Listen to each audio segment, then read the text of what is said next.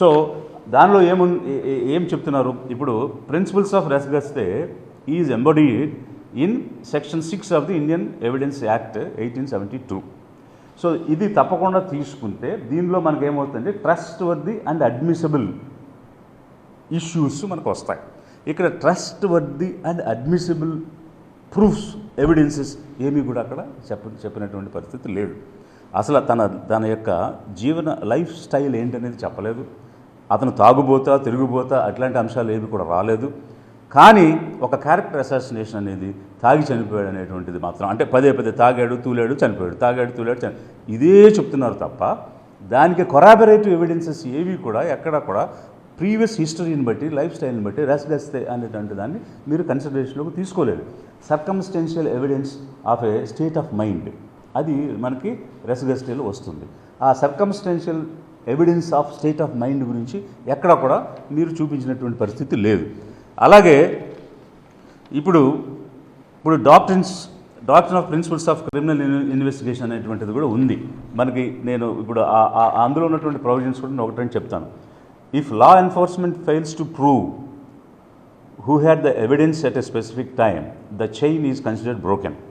So ఎప్పుడైతే ఇది connectivity miss అయిందో, చైన్ బ్రేక్ అయింది అనేటువంటి పరిస్థితి ఒకటైతే, మనకి రెసిస్పా లాకిటర్ అనేటువంటి ఒక ప్రిన్సిపల్ ఉంది. అంటే ఫ్యాక్ట్స్ స్పీక్స్ ఫర్ దెమ్సెల్వ్స్, అంటే నిజాలు తానుగా తెలుస్తాయి చెప్తాయి.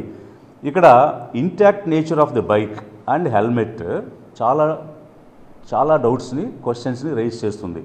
అలాగే ఇప్పుడు డాక్ట్రిన్ ఆఫ్ పేరెంట్స్ ప్యాట్రీ అనేటువంటిది ఒకటి ఉంది. అంటే అదేంటంటే the state acts as a guardian of the people and it is duty of the state to protect the rights the individuals in the state. So అలాంటి పరిస్థితిలో ఎస్పెషల్లీ సస్పీషియస్ డెత్స్ ఉన్నప్పుడు it's state's duty to properly investigate and bring out the facts. So అది doctrine of parens patriae చెప్తుంది. అలాగే doctrine of public interest ఉంది. దీని ప్రకారంగా where there is a suspicious foul of play in deaths, concerned citizens or organisations can approach the court for seeking justice. అంతేకాకుండా doctrine of locus stand అనేది ఉంది. దీని ప్రకారం which allows non family members or organisations to seek intervention in the cases of suspicious deaths. అదేవిధంగా unexplained injuries strongly suggest external involvement in death. ఇవన్నీ కూడా మనకి doctrines and principles of criminal ఇన్వెస్టిగేషన్లో ఉన్నటువంటి అంశాలు. అంటే ఇక్కడ అన్ఎక్స్ప్లెయిన్డ్ ఇష్యూస్ ఈ సబ్జెక్ట్లో చాలా కనిపిస్తూ ఉన్నాయి. అవి ఎక్స్టర్నల్ ఇన్వాల్వ్మెంట్ ఉంది ఈ డెత్లో అని చెప్పడానికి మనకి ఇక్కడ కనిపిస్తున్నటువంటి అంశాలు. మరి ఎలాంటి సిచ్యువేషన్లో మీరేం చెప్పారు, యాక్సిడెంట్, అది కూడా సెల్ఫ్ యాక్సిడెంట్, ఎవరు గుద్దలేదన్నారు, ఎవరు తొయలేదన్నారు. మరి అలాంటప్పుడు సెల్ఫ్ యాక్సిడెంట్ జరిగింది. సెల్ఫ్ యాక్సిడెంట్ జరిగితే మరి ఇంపాక్ట్ స్టడీ ఏమైనా చేశారా? ఆ యాక్సిడెంట్ ఇంపాక్ట్ పారామీటర్స్ని స్టడీ చేసి ఏమైనా దానికి సంబంధించినటువంటి సైంటిఫిక్ ఎవిడెన్స్ని మీరు తీసుకొచ్చారా? చాలా సిస్టమేటిక్గా చెప్పాం, హై టెక్నాలజీ వాడడం, లేటెస్ట్ టెక్నాలజీ వాడడం, వెరీ గుడ్, వాడాలి. కానీ ఎక్కడ చూపించారు? ఫర్ ఎగ్జాంపుల్ బైక్ ఎలా పడింది? రైట్ సైడ్ పడింది. సో ఇప్పుడు ఇండియాలో డ్రైవింగ్ అనేటువంటిది ఎలా జరుగుతుంది? మనం లెఫ్ట్ సైడ్ వెళ్తాం, మన క్యారేజ్ వేస్ అన్నీ కూడా లెఫ్ట్ సైడ్ ఉంటాయి. సో ఎప్పుడూ కూడా ఇండియాలో జరిగినటువంటి బైక్ యాక్సిడెంట్స్ కనుక మీరు పరిశీలన చేస్తే అది లెఫ్ట్ సైడ్ పడుతుంది, రైట్ సైడ్ పడదు. ఎందుకంటే మన వెహికల్స్ అన్నీ కూడా డిజైన్ అయ్యి ఉన్నాయి. అదే అమెరికా, యూరోప్ లాంటి దేశాల్లో వాళ్ళు రైట్ సైడ్ క్యారేజ్ వేలో వెళ్తారు, మనం లెఫ్ట్ సైడ్ క్యారేజ్ వేలో వెళ్తాం. వెయిట్ లెఫ్ట్ సైడ్ ఉంటుంది. మీరు చెప్పినట్టుగా బైక్ గాల్లోకి ఎగిరిన బైక్ అంటే నీరు పల్ల మెరుగు నిజం దేవుడు ఎరుగు. సో నీరు ఎప్పుడు పల్లానికి వెళ్తుందా, పైకి వెళ్తుందా? సో నీరు పల్లానికి వెళ్ళినట్టుగానే వెయిట్ ఎటు ఉంటే అటువైపు పడుతుంది. మరి లెఫ్ట్ సైడ్ ఉండే బైక్స్కి గాల్లోకి ఎగిరినప్పుడు తన బరువుకు తాను ఆ వైపు పడుతుంది, కానీ రైట్ సైడ్ ఎలా పడుతుంది? రెండవది, అది దానికి మడ్ గార్డ్స్ కూడా ఉన్నాయి. మరి ఆ మడ్ గార్డ్స్ బాడీ మొత్తం మీద బైక్ పడినప్పుడు ఎలాంటి ఇంపాక్ట్ క్రియేట్ చేయలేదు ఆ బాడీ మీద. ఏ రకమైనటువంటి మడ్ గార్డ్ ఇంజురీస్ కూడా అక్కడేమో కనిపించడం లేదు. హెల్మెట్ ఏమో ఇంటాక్ట్గా ఉంది, గ్లాసెస్ ఇంటాక్ట్గా ఉన్నాయి. మాస్క్ ఫస్ట్ మినిట్ నుంచి లాస్ట్ మినిట్ వరకు ఉన్న మాస్క్ చిన్న గీత కూడా పడలేదు, చిన్న చినుగు కూడా లేదు. మరి ఏ విధంగా చెరగకుండా యాజ్ ఇట్ ఈజ్గా అక్కడ పెట్టబడి ఉంది. మీరేమంటారు? బొక్కబారులుగా పడ్డారు, బైక్ ఎగిరి మీద పడింది. మరి బొక్కబారులుగా పడి ముఖానికి గాయాలైతే మరి ఇప్పుడు వెళ్ళకెల్లా ఉన్నాడు కదా, వెళ్ళకెల్లా ఉన్న వ్యక్తి మీద బైక్ ఎట్లా వచ్చి పడింది? ఈ ఈ ఈ రకమైనటువంటి స్టడీస్ ఏవి కూడా ఇంపాక్ట్ స్టడీస్ ఏమి మనం చేయలేదు. ఇప్పుడు మనం ఫిజిక్స్ కానీ అరిథమెటిక్స్ కానీ చదువుకున్నటువంటి వాళ్ళందరికీ కూడా ఈ అంశాల మీద అవగాహన ఉంటుంది. అంటే బీకామ్ ఫిజిక్స్ కాదు, ప్రాపర్ ఫిజిక్స్ చదివినటువంటి వాళ్ళకి. సో దానిలో ఏం చెప్తుందంటే మనకి టైము, డిస్టెన్స్, వెలాసిటీ వీటన్నిటితో పాటు కొలిజన్, ఇంపాక్ట్ పారామీటర్స్ అనేటువంటి అంశాలు మనకు క్లియర్గా అర్థమవుతాయి. ఇప్పుడు ఇది కనుక ఒకసారి మీరు చూస్తే there is an angle of impact. So ఇక్కడ మనకి ఇప్పుడు ఐన్స్టీన్ థియరీ ఉంది, E=mc² అని. అలాగే ఇప్పుడు రూదర్ఫర్డ్స్ స్కాటరింగ్ అనేటువంటిది మనకి జనరల్గా న్యూక్లియర్ ఫిజిక్స్లోను అలాగే మెకానిక్స్లోను, క్లాసికల్ మెకానిక్స్లోను చెప్పేటువంటి అంశం ఇది. సో దీని ప్రకారంగా ఏ విధంగా అంటే ఇక్కడ రెండు రకాల హెడ్ ఆన్ కొల్యూజనా లేకపోతే ఒక ఆబ్జెక్ట్ని కొల్యూజనా? ఇక్కడ హెడ్ ఆన్ కొల్యూజన్ లేదు, వెళ్ళి ఒక ఆబ్జెక్ట్ని కొల్యూడ్ అవ్వడం జరిగింది. హెడ్ ఆన్ కొల్యూజన్లో ఇంపాక్ట్ పారామీటర్ 0 ఉంటుంది.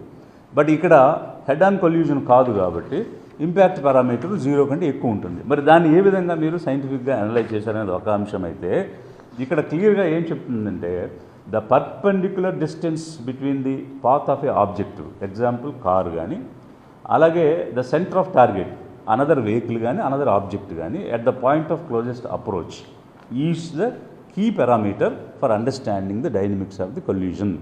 సో కొల్యూజన్ని అర్థం చేసుకోవడానికి కీ పారామీటర్ అది ఉంటుంది. ఇట్స్ వాల్యూ అంటే the parameter value influence the severity and direction of the impact అది చెప్తుంది. సో దీని ప్రకారంగా మనము యాక్సిడెంట్ని రీకన్స్ట్రక్షన్ చేయాలి. సో ఇక్కడ యాక్సిడెంట్ రీకన్స్ట్రక్షన్ అంటే మీరు సెల్ఫ్ యాక్సిడెంట్ అని చెప్తున్నారు కాబట్టి దాని రీకన్స్ట్రక్షన్ జరిగిందా, ఆ రీకన్స్ట్రక్షన్ ఎలా చేయాలనేది in accident reconstruction understanding the impact parameter can help determine angle of impact, అలాగే speed of the vehicles and potentiality of impact. These are the crucial things for reconstructing the event. ఇవి రకరకాలైనటువంటి loss, science చెప్తున్నటువంటి పరిస్థితుల్లో మరి ఈ bike body మీద పూర్తిగా body మీదే పడింది, అలాగే కాళ్ళ మీద కానీ అక్కడ కానీ పడలేదు. మరి ఇట్లాంటి సిచ్యువేషన్లో ఏ సైంటిఫిక్ ప్రిన్సిపల్ ప్రకారం జరిగినటువంటి యాక్సిడెంట్లో మనిషి వెలకిలా పడి దాని మీద బాడీ పడింది, మరి యాక్సిడెంట్ రీకన్స్ట్రక్షన్ అనేటువంటిది చూపించాలి కదా. మీరు సెల్ఫ్ యాక్సిడెంట్ అనేటువంటి దాన్ని పదే పదే చెప్తూ వచ్చారు, అది కూడా తాగి వచ్చారని చెప్తున్నారు. ఇక్కడ మొత్తం ఎంటైర్ జర్నీలో ఎక్కడా కూడా ప్రవీణ్ కుమార్ పగడాల గారికి సంబంధించినటువంటి ఫేస్ అయితే చూపించలేదు, పర్సన్ని ఐడెంటిఫై చేయటం అయితే జరగలేదు. అంతేకాకుండా మరి ఎవరు ఈ పర్సన్ అనుకోవాలి? మేబీ ప్రాక్సీ పర్సనా, మేబీ క్లోన్ పర్సనా, మేబీ ఇంపర్సనేటా, లేకపోతే చూపించినటువంటి వీడియోలు ఏమైనా మిమిక్ చేయబడ్డాయా? ఎందుకనంటే అతను ప్రవీణ్ కుమార్ పగడాల అన్నదానికి ఎక్కడ కూడా నిదర్శనం లేదు, ఎవిడెన్స్ లేదు, ఫేస్ లేదు. మరి ఆ వ్యక్తి అసలు ఇంటి దగ్గర నుంచి బయలుదేరింది అతనా కాదా?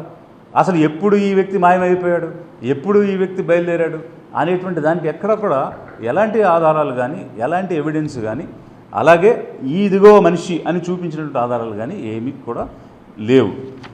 అసలు ఫండమెంటల్గా ఒక ప్రశ్న జనాలందరికీ ఎదురవుతుంది ఏంటంటే 20 రోజులు టైం తీసుకుని ఇన్వెస్టిగేషన్ చేసి కొత్తగా ఏమి చెప్పారు అనేది ఎదురవుతున్నటువంటి ప్రశ్న. ఎందుకనంటే ఈరోజు మీరు చూపించినటువంటి వీడియోస్ కానీ మీరు చెప్తున్నటువంటి విజువల్స్ కానీ ఇవన్నీ పబ్లిక్ ఆల్రెడీ చూసేశారు, వైరల్ అయిపోయినాయి, మన 2 రాష్ట్రాల్లోనూ వైరల్ అయిపోయినాయి. సో సోషల్ మీడియాలో వైరల్ అయిపోయిన వీడియోలు ఉన్నాయి అని పత్రికా విలేకరులు మిమ్మల్ని ప్రశ్నించినప్పుడు మేము ఏ విజువల్స్ అయితే చెప్పామో అవి నిజం కానీ అవేవి నిజం కాదని ఆ రోజు మీరే చెప్పారు.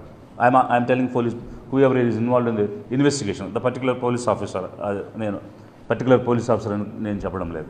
So the police officers have stated saying మావి కరెక్టు, బయట వచ్చింది కరెక్ట్ కాదని. బట్ ఈరోజు ఫైనల్ ఇన్వెస్టిగేషన్లో ఏవైతే సోషల్ మీడియా ద్వారా వైరల్ అయిన వీడియోస్ ఉన్నాయో అవి చూపించి ఇదే తాగి తూలి యాక్సిడెంట్ అయి చనిపోయాడు అనేటువంటి అంశాన్ని మీరు చెప్తూ వస్తున్నారు.